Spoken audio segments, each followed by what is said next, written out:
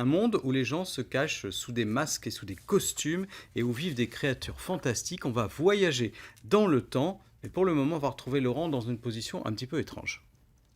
Non, Merguez, tu me lâches. Tu me lâches, Merguez, je ne peux pas faire le lancement. Voilà, merci. Donc, je suis à Merville-Franceville pour vous faire découvrir un festival qui est juste écrit en dessous, là. C'est le festival de Cidre et Dragon, parce que j'ai les mains prises.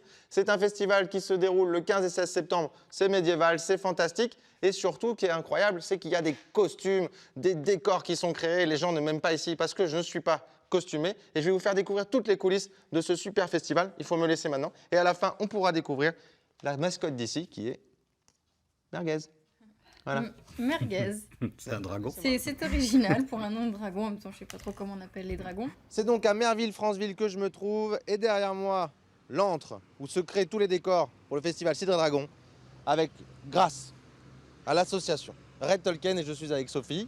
Bonjour. Bonjour Sophie. Alors, c'est un festival qui a une douzaine d'années et qui a été créé par... Par un groupe de passionnés donc, de littérature médiévale, d'heroic fantasy et de la culture viking. Et de la culture viking. Et aujourd'hui, ce festival... Donc le festival, il a pour but, il a été créé pour rendre accessible tout cet univers au grand public et aux passionnés. Et aux passionnés. Et cette ville, là, Merville-Franceville, ça devient...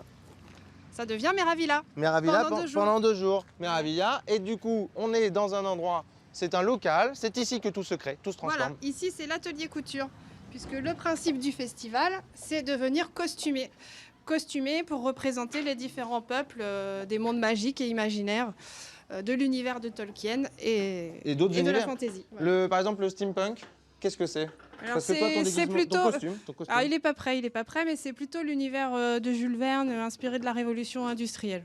D'accord. Alors par exemple, là, on a ces magnifiques couturières. Elles sont combien? Alors elles sont 7. Pendant 6 mois de l'année, elles préparent des costumes sur mesure, sur commande, et le public a la possibilité de les acheter aussi. Voilà, et on va aller voir Claudie, qui est magnifiquement habillée. Vous êtes toutes très belles, mesdames. Merci. Je tiens à vous le dire quand même. Alors, qu'est-ce que vous faites ici? Comment ça se passe? Est-ce que moi, si je veux un costume, parce que là, par exemple, j'en ai pas. Vous venez, soit avec votre modèle, vous avez une idée bien précise, ou alors nous, on peut vous proposer nos modèles à nous. Par exemple, là, ce qu'on a derrière nous. Alors c'est un modèle steampunk que nous avons réalisé pour une personne qui nous l'a commandé. Elle l'a envoyé sur Internet. Non, nous avions le modèle. Ah, nous le avons, modèle. Oui, nous avons le modèle. Ça coûte combien? 45 €. Ah oui, c'est pas cher. Non, ce sont des petits prix. Ah, c'est pas cher du tout. C'est très sympa. Et alors vous, le steampunk, Claudie? Non, du tout. Adon steampunk, médiéval. Non, moi j'étais plutôt Dragon, Vanguin ou alors Brasiard. C'est les premières éditions, c'était Brasiard et Vanguin, c'est tout. Vous étiez... Ouais, mais sinon, c'est pas trop... Non. Non. Steampunk, c'est pas mon truc. C'est pas votre truc. Vous êtes plus sur quoi? Sur la couture, alors? Voilà. Et votre métier, c'est donc couturière? Non, du tout. Non, c'est quoi? Fleuriste. Fleuriste, voilà.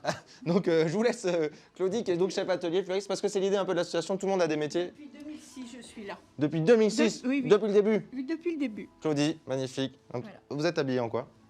Aucune idée. Aucune idée, voilà. Merci. Merci Claudie. Costume d'époque. Le costume d'époque. Alors, si vous me parlez, il faut... pardon. c'est quand il y a le micro. Merci. Donc, je vous laisse travailler. Sophie, donc plutôt des gens bénévoles, c'est exactement ça. C'est ça. C'est l'association, elle marche Des que comme ça. bénévoles, issus de tout univers, de tout âge. Et chacun peut apporter quelque chose à l'association. Ton métier, c'est? Employé de banque. Voilà, employé de banque. Donc, c'est des gens qui se déguisent, employés de banque, qui se costument. Pardon, excusez-moi. Qui se costument. Et derrière nous, Sophie, viens avec moi. Sophie, qu'est-ce qu'il y a derrière nous? Qu'est-ce qu'il y a derrière cette porte? Les coulisses. Les coulisses. Les coulisses. Là où se créent tous les décors. Attention, je rentre pour vous faire découvrir tous les décors qui sont créés ici, qui vont se créer ici. Mais attention, ça, vous le verrez tout à l'heure, pendant que, on ne le voit pas bien, mais j'ai une araignée qui me descend dessus, qui est absolument hyper bien faite. Et donc, on se retrouve tout à l'heure.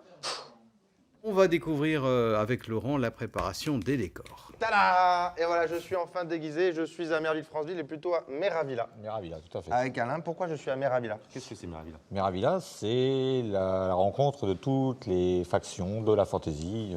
De l'univers. C'est Merville-Franceville devient Meravilla. Voilà, le temps d'un festival. Le temps d'un festival. Et là, on est dans les ateliers du coup de Cidre et Dragon. L'atelier, c'est les coulisses. Attention. Bon, ça, c'était un arbre magique Voilà, qu'on a déjà vu l'année dernière, mais il y a beaucoup de nouveautés cette année. tout à fait. Notamment derrière nous. C'est absolument magnifique. C'est énorme. Qu'est-ce que c'est? Ça, c'est une buvette steampunk. Donc steampunk, l'univers Jules Verne, etc.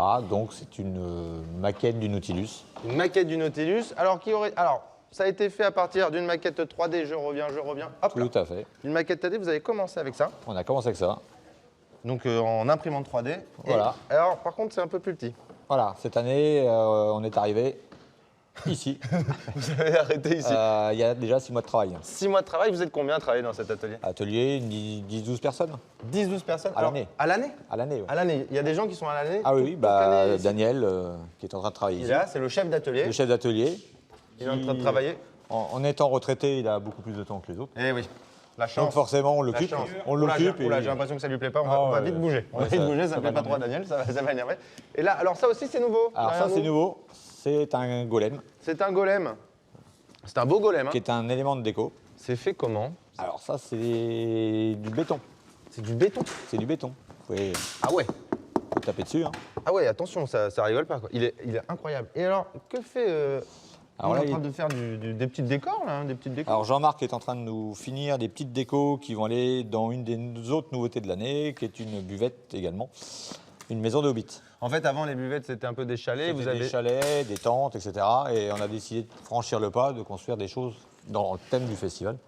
Donc on est parti sur des thématiques. Le Nautilus, le Nautilus. la maison, ça sera la maison d'un hobbit, donc c'est les petits décors. Le Nautilus, c'est vraiment impressionnant. Hein.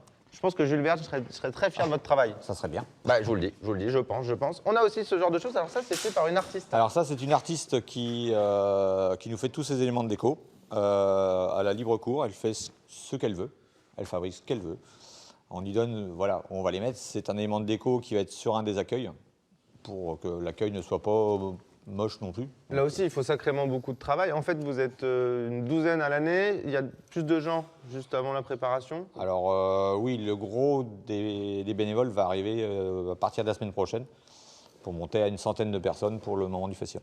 D'accord. Enfin, il y a des gens qui toute l'année travaillent pour Oui. ce grand événement. Il y a des dragons partout. C'est incroyable. C'est un petit peu la caverne d'Ali Baba médiévale. Fantaisiste. Fantaisiste. ici, hein.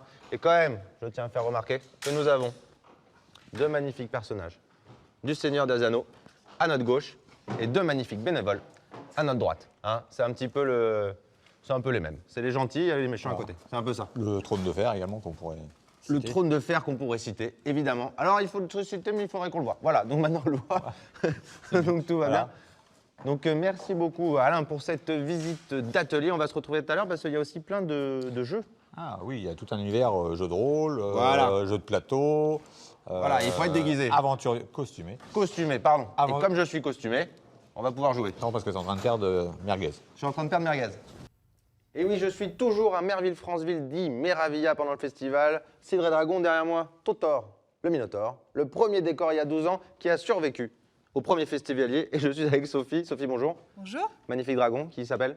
Eh ben, on l'appelle pas pour l'instant. Ah, mais pour l'instant, on ça va l'appelle. venir, ça va venir. Ça va venir, on va lui donner un nom. Alors, qu'est-ce qu'on peut voir dans ce festival qu'on voit tous les ans? Donc à Meravilla, on va trouver, donc, comme chaque année, le marché médiéval, le pôle auteur-illustrateur, des spectacles de rue, danse, musique, déambulations costumées, la ferme pédagogique pour toute la famille, pour tous les goûts, et c'est gratuit. Et c'est gratuit. Et alors, qu'est-ce qu'on va voir en plus? Puisque le thème cette année, c'est la magie. En plus, donc, pour aller avec le thème de la magie cette année, on aura des spectacles et des campements consacrés à la magie et le pavillon invité, donc sur le monde magique d'Harry Potter.